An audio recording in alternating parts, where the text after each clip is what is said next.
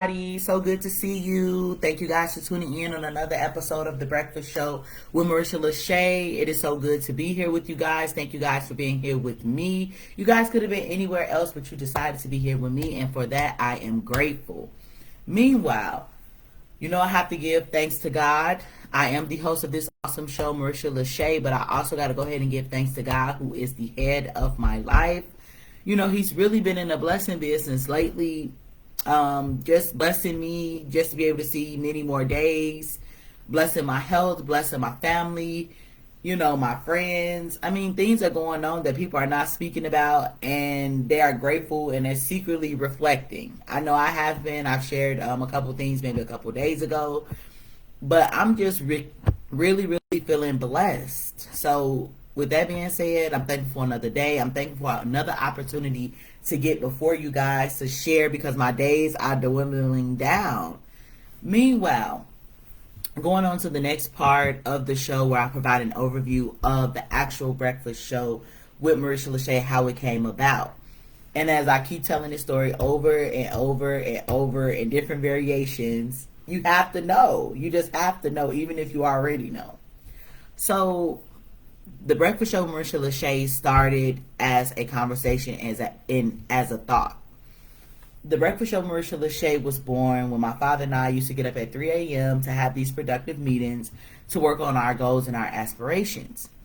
Meanwhile, I would ask these thought-provoking questions, and that's when it later developed into something bigger, because I had to do more work and more research, like as to where I wanted to actually host and where, for how long, and what will be the outline and what will be the flow. But it eventually came together, right? I was able to do season 1. I was able to do a season 2, a season 3, a season 4, and here I am for season 5. But not only am I celebrating season 5, I'm also celebrating 2 years in the podcast business. So I'm definitely excited. I'm blessed. I'm humbled. And here's the breakfast show. It's a thought-provoking, we're asking thought-provoking questions. And when I say we, I'm talking about myself. I'm talking about the inspiration that comes from other people, just different things that I learn and that I read and all of that. That's why I said it's we. It's not just an I thing. Yes, I do all the writing and the research, but my inspiration comes from other people and different things that I see and that I learn. So with that being said, this is day 26 of the breakfast show with Marisha LaShay. We're actually tuning in later than usual, which is okay, because I have a special guest today. So that's perfectly fine. We have 4 more days of the breakfast show with Marisha LaShay. So with that being said, I would like to segue into the next part of the show. And this is when we do our mental check-ins. We're checking in with ourselves, seeing how we are feeling on this beautiful Saturday morning, ranging on a scale from 1 to 10, 1 being the lowest of your life, the worst day of your life, and 10 is the best day of your life, or you could be above the scale, just like you could be below the scale in the negatives. Sometimes you just start off feeling low, and sometimes you can start off feeling very, very high, and that could fluctuate throughout the day. But just take a moment to actually check in. I'll go ahead and check in with you guys. I am feeling very, very excited. So I'm like a 10. I'm definitely very, very excited. I had me a little cup of Joe, praise God for, a little coffee. But haven't ate breakfast yet. Stayed in bed a little longer. So, I'm good. I don't really have any complaints. I'm really excited for this guest star, though, today. I'm very excited about that, you guys, because I've never had a guest on my show before, right?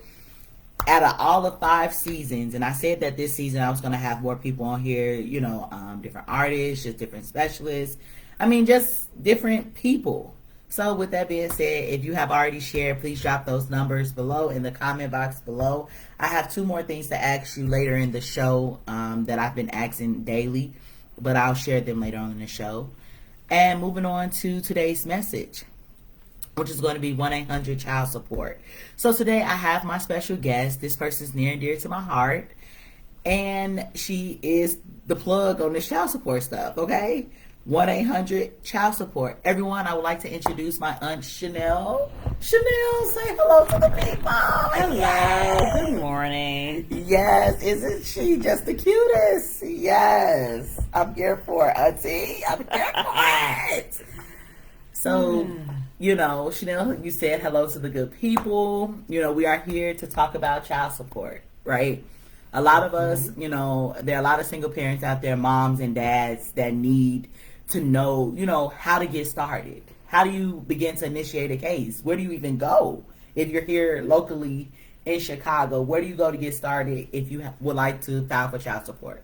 If you would like to file for child support, the first thing you need to do is come down to the Daily Center, which is 50 West Washington, room 802, which is our child support division. Okay. And you can see one of our clerks who's sitting right at the public information desk right before you go into 802. Mm-hmm. And explain to them what you are looking to do. Mm-hmm. You may be seeking child support, you may be seeking child custody, you may be seeking child visitations, so it's several things you may be looking for. But like I said, when you get to the Daily Center, which is 50 West Washington, room 802, you can just tell our office clerks what you need, and they can give you the proper paperwork to start filling out. Okay. Is there, when you initiate your case, so say for instance you're initiating for child support, are you able to fill out the paperwork immediately and go back to the same office that we came down to get the paperwork from, or do we go to a different office to file the actual paperwork? No, everything is actually in the same office. Okay. They actually have places where you can actually fill out the paperwork there on the spot. Okay. Before you could actually, have the paperwork. I think the process whereas you can e-file the paperwork, which is electronically file the paperwork, or you can actually have the paperwork sort of like manually entered. Okay. Also there are, because it is a cost, mm-hmm. To file your child support papers. Mm-hmm. You can check with any office clerk at 802 to find out what the fee is. If you are having trouble affording that fee, we have fee waivers. Okay. So you can actually see about getting your fees waived for your child support case. Okay. And that goes according to your income, correct? Well, I'm going to say not necessarily. Mm-hmm. But like I said, our office clerks for that particular division can give you more information. Sounds good. So then after as you were stating, three of the most common causes of why people file for child support is to get financial contribution for their child. The second reason, mostly for, custody. And then the third common thing that you mentioned was just being able to have visitation with the actual child and just have it kind of set up. So in all those three instances, those are different. Because if you're just seeking funds for your child, that's different than seeking visitation. Mm-hmm. It's different when you are trying to get visitation versus custody, because custody is basically saying, I'm going to sit up here and raise my child, okay, and this parent, the other parent, is unfit to be able to handle this or competent enough to do what they're supposed to do as it relates to our child. Mm-hmm. Excuse me. Who do you normally see mostly? Is it more women that normally come down there to the office to file for child support, or is it mostly men? I believe it's mostly women. But I do not want men to think that they have no voice. Men have just as much rights as the mother does when it comes to children. Also, another thing that I failed to mention too, that you may just want to come down to see established parentage. If that child is really yours. That is also something that you can handle through child support as well. I know some men kind of shy away from support, but with the court system, men also have rights as well. So we do have, some men who file for child support as well, because they are the primary custodial parents for the children. So I just don't want you to think that it's all based upon the mothers. No, the father has just as many rights as the mother does. Well, I'm glad that you actually spoke to the fathers out there because, you know, a lot of time with us being women and being mothers, we tend to side with the women, but a lot of our fathers are scared to actually initiate that process or don't know where to turn or don't know where to actually begin as it relates to fighting for their child. You know, it's like men kind of silence and kind of shy away from that because they like, okay, they in their mind, this is the thought process of they're going to side with the woman. You know, I don't have no voice. I don't know what to do with that. I don't know where to turn. I don't know who to trust. You know, and this is why this episode was dedicated to being able to educate our people, men and women. Because even though, you know, they each case differs and varies, it's still been able to provide a resource for that particular man or woman. Because a lot of people, well, because I didn't know. I mean, honestly, I didn't know where to start. I never knew where to start with my child support case. I never knew, okay, this is everything I'm about to go through. Honey, please. Give me about 12 packs of cigarettes. Auntie, I ain't doing that. I got to go down to the office, and I have to do what? And then they want me to pay what? Oh, hold on, let me go talk to my Lord, because I just can't be bothered with that. I can't, you know, but my auntie has definitely been facilitating that process for me and teaching me and coaching me through that, because sometimes in life, you need those coaches that's going to coach you through. You need those people that's going to help you when you have those questions and to actually keep pushing you along. We're just like, okay, this is what you need to do, and this is how you need to do that. So I'm definitely thankful for that because, honey, I didn't know. Is there anything else that you would like to share with the people today that may have any other questions besides the ones that we asked? So we talked about where you can actually go and file your paperwork. Right. We talked about at least 4 different reasons, as I restate them. If you're trying to find out if that child is yours, so that'll be a parentage case. If you would like to get custody, if you would like to establish visitation, and if you are seeking actual funds or contributions to being able to help with raising your child so they, you know, could do their part like you're doing your part. And we talked about the fees that may be associated with actual child support or whatever the case, and how you actually file, which it can vary. You know, we're specifically and strictly talking about here in the city of Illinois, here in Chicago. Now, somewhere else it may be different, same process, but different in a sense of where you actually are going to start the process. You know, another question that I sometimes get as well is, Auntie, what happens if if the child's mother is in a different state? How does that differ from a local case? Well, if the child's mother, or let's just say the father, live in a different state, and you want to file your case, you know, and this is specifically something that you want to do, you start the case in your state. If you stay here in Chicago, start the case in Chicago. That way, your case can be open in Chicago. And eventually, you can open, or you can have your case from Chicago translate to where the mother or the father may stay. You know, there's ways to transfer a case from one state or one city to another city. You know, you can also have that particular person served in that particular county of the city or the state that they're staying in. You just have to look up what county or what city that they stay in and contact that particular sheriff's department of whatever county or state that they stay in. But you can initiate the case in your own state. This is good information. I mean, this is really, really good information.